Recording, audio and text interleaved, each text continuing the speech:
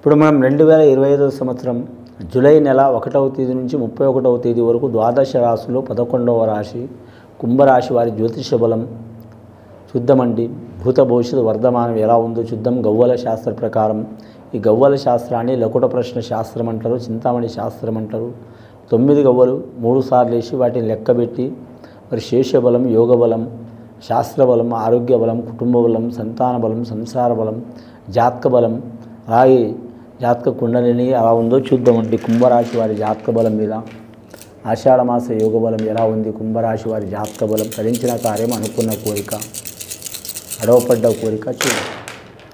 కుంభరాశి వారికి లక్ష్య సంఖ్య పడ్డదండి, 4వ సంఖ్య పడ్డది. రాజయోగం ఉంది, వారే రాజు, వారే మంత్రి, వారే సేనాధిపతి, అనుకున్నది సాధించేదాకా వదిలిపెట్టరు.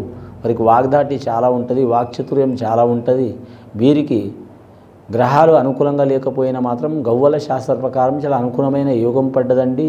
శతభిష నక్షత్రం వారు కలిసి వచ్చే అవకాశం ఉందండి. శతభిష నక్షత్రం వారికి మరి జాతకంలో రాహు మార్గదశ కాబట్టి 4వ సంఖ్య పడ్డది, చాలా కలిసి వచ్చే అవకాశం ఉంది.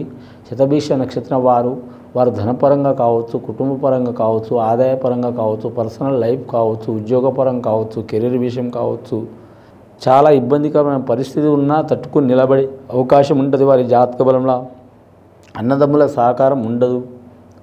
వీరికి మిత్రభేదాలు చాలా ఉంటారు. చాలా కాలం నుంచి మంచిగా ఉన్నవారు దూరమయ్యే అవకాశం ఉంది, దూర ప్రయాణాలు చేసే అవకాశం ఉంది. కానీ మాత్రం విశ్రాంతి అనేది ఉండదు వీరి జాతకంలో. ముఖ్యంగా ఈ నెల చాలా అవిశ్రాంతంగా తిరిగే అవకాశాలు ఉన్నాయి. దాని మూలంగా ఆరోగ్యంలో ప్రభావం వచ్చే అవకాశం ఉంది.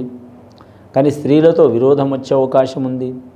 ధన విషయంలో, రుణ విషయంలో, కళ్యాణ విషయంలో వీరు మధ్యవర్తి కాకపోవడం మంచిది. మధ్యవర్తి అయినందువలన ఇబ్బందులు పడే అవకాశం ఉంటుంది. తీసుకున్నవారు బాగానే ఉంటారు, ఇచ్చినవారు బాగుంటారు, మీరు మధ్యవర్తి అయిన వారు ఇబ్బంది పడతారు. అలాగే శుభకార్య విషయంలో కూడా మాత్రం శుభకార్యం చేసుకున్నవారు బాగానే ఉంటారు, చూసిన వారు బాగానే ఉంటారు. మధ్యలో మాట్లాడిన వారు మీరు అవమానం పొందే అవకాశం ఉంది, చాలా జాగ్రత్తగా ఉండాలి. అలాగే ఈ రాశి వారి జాతకంలో చూడాలంటే మాత్రం ముఖ్యంగా వెండి కానీ, బంగారం కానీ, లోహం కానీ, భూమి కానీ, అలాగే వాహనం కానీ ఏ విషయంలో వీరికి మంచిగా ఉంటుంది కానీ చెడైతే ఉండదు వీరి జాతక బలానికి. అలాగే వీరికి ఎక్కడ పోయినా గౌరవం లభించే అవకాశం ఉంది. గురుబలం ఉన్నది వీరి జాతక బలానికి. ముఖ్యంగా శని బలం బాగలేకపోయినా గురుబలం అధికం ఉన్నది, రాహుబలం మంచిగా ఉంది. కాబట్టి రాజకీయ రంగంలో ఉన్న వారికి నంబర్ 1 స్థానం రాణించే అవకాశం ఉందండి. ముఖ్యంగా ఇదివరకు చాలా సార్లు ఇబ్బందులు పడ్డవారు ఒక దారికి నడిచే అవకాశం ఉంది. వారు కోరుకున్న పదవి లభించే అవకాశం ఉంది. పార్టీ పరంగా మాత్రం గౌరవం లభించే అవకాశం ఉంది. శత్రుత్వంగా దూరమైన వారు కూడా దగ్గరయ్యే అవకాశం ఉంది. అలాగే క్రీడాకారులకు మంచి యోగ బలం నడుస్తుంది. వారికి ఇంకా మంచి జరగాలంటే వారి కులదేవుడిని ఆరాధన చేయటం చాలా వరకు మంచిదండి. రెండవసారి గవ్వలేసి చూద్దామండి కుంభరాశి వారి పేరు.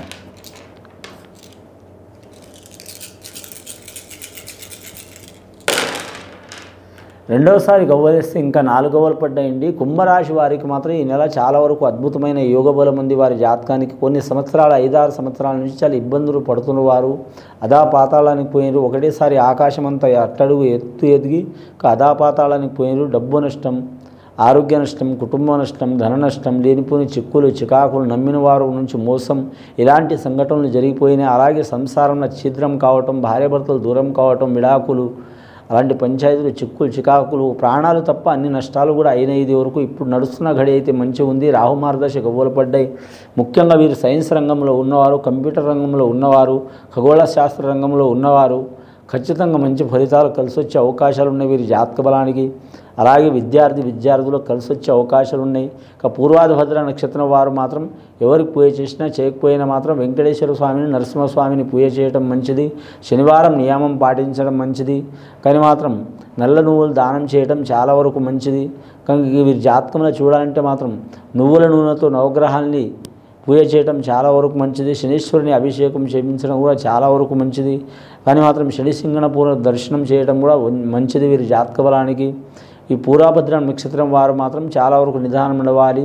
శతభిష నక్షత్రం అయితే గుర్రం యోగ బలం ఉంది వారికి ఎక్కడ పోయినా అనుకున్నది సాధించే అవకాశం ఉంది. పూర్వభద్ర నక్షత్రం వారు మాత్రం రాజకీయ రంగంలో ఇబ్బందులు వస్తాయి. ఆ ఇబ్బందులు తొలగిపోవాలంటే మాత్రం చండీ హోమం చేయాలి, చాలా వరకు మంచిది. సుదర్శన హోమం చేయాలండి, మంచి యోగ బలం కలిసి వస్తుంది. 3వసారి గవ్వలేసి చూద్దామండి.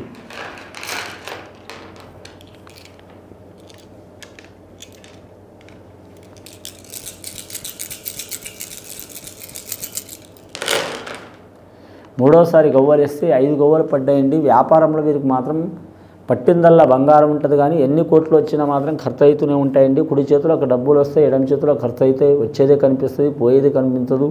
చూసేవారు అనుకుంటారు కదా కుంభరాశి వారికి వీరికేం తక్కువైంది, బాగానే తింటారు, బాగానే సంపాదిస్తారు, బాగానే ఉంటుండ్రు అంటారు, కానీ ఎవరి కడుపు నొప్పి వాళ్ళకి తెలుస్తుందండి.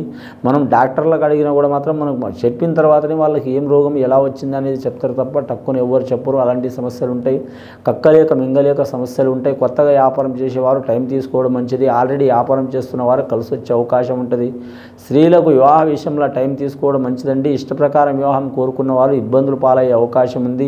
పెద్దల మాట ప్రకారం నడిచేవారు కలిసి వచ్చే అవకాశం ఉంది. సంతాన దోషం ఉన్నవారు, గర్భదోషం ఉన్నవారు, శుక్రదోషం ఉన్నవారు, పురుషులైన స్త్రీలైన ఆ దోషాలు తొలగిపోయే అవకాశాలు ఉన్నాయి.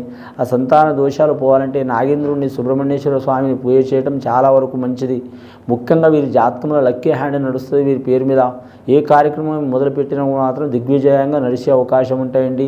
మొత్తం గవ్వలు చెప్పాలంటే 13 గవ్వలు పడ్డాయండి. 4, 4, 8, 5, 5, 8 అంటే మాత్రం మొత్తం 13 గవ్వలండి. 13 గవ్వలంటే మాత్రం 1+3 ఇంకా 4 ఎటుపోయి 4వ సంఖ్య ఈ రాశి వారికి వదిలిపెట్టలేదు. కాబట్టి కుంభరాశి వారికి చాలా వరకు ఈ నెల కలిసి వచ్చే అవకాశం ఉంది. దృష్టి దోషం అధికం ఉంది, అలాగే గ్రహ కలయిక బాగలేదు.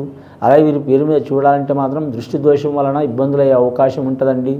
ఇబ్బందులు తొలగిపోవాలంటే నాగేంద్రుడికి పూజ చేయాలి. సంతాన బలం గురించి కానీ, సంసార బలం గురించి కానీ, అలాగే మాత్రం చాలా కాలం నుంచి నాగదోషాలు ఉన్నా కూడా తొలగిపోయే అవకాశాలు ఉన్నాయి.